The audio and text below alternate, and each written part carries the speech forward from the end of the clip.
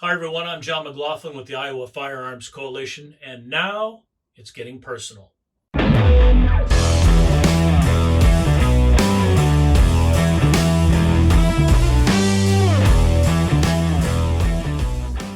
Iowa Firearms Coalition, IFC for short, is Iowa's only effective Second Amendment organization with a laser focus on defending our 2A rights and the universal objective truth that demands that we as a community protect the defenseless.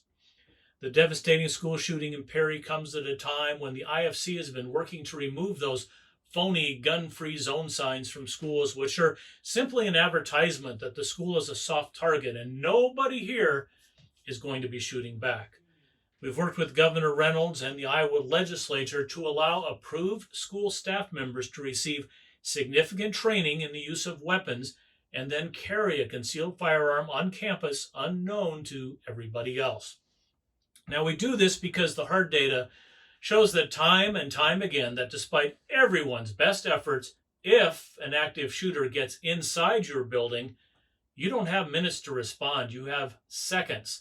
The victim count averages 1 every 10 seconds until the shooter either stops, decides to give up, or takes his own life. So you have to answer the hard question. How many victims am I okay with? If we're to keep the count in the single digits, a dedicated killer has to be stopped in the first 30 seconds to 1 minute, either by your SRO, a school staff member, be it armed or unarmed. But of course, the likelihood of success favors being armed and trained. That's why the Iowa Firearms Coalition hosted the IFC Educators Academy last August. School teachers and administrators from across the state received 36 hours of training covering the active shooter problem and how schools can address it. We brought in the nation's top active shooter researcher, Ed Monk, and I was assisted on the range by Adam Winch of Defenders USA, a nationally acclaimed police and military instructor who has done the hard work of shutting down those who wish to harm the innocent.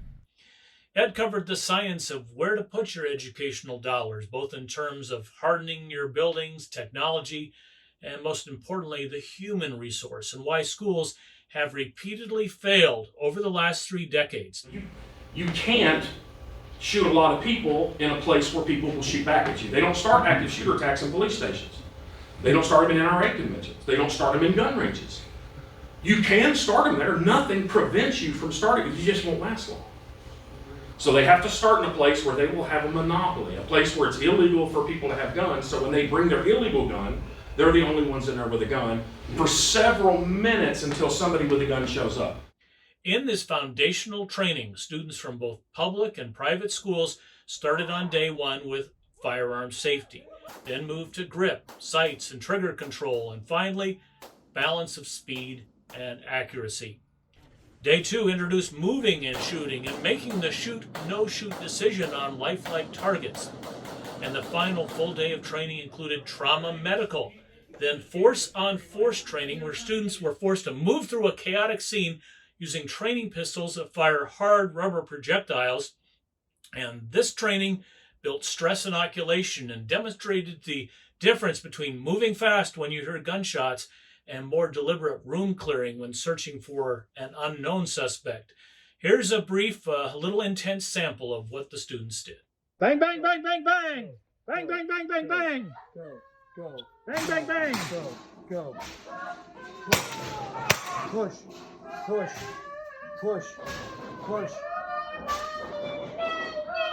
Push. Push. Push. Oh my God! Teacher, help! Get out! Get out! Help!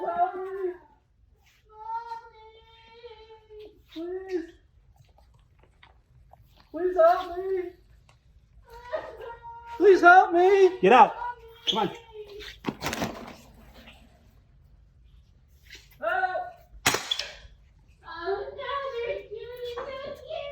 Please help me!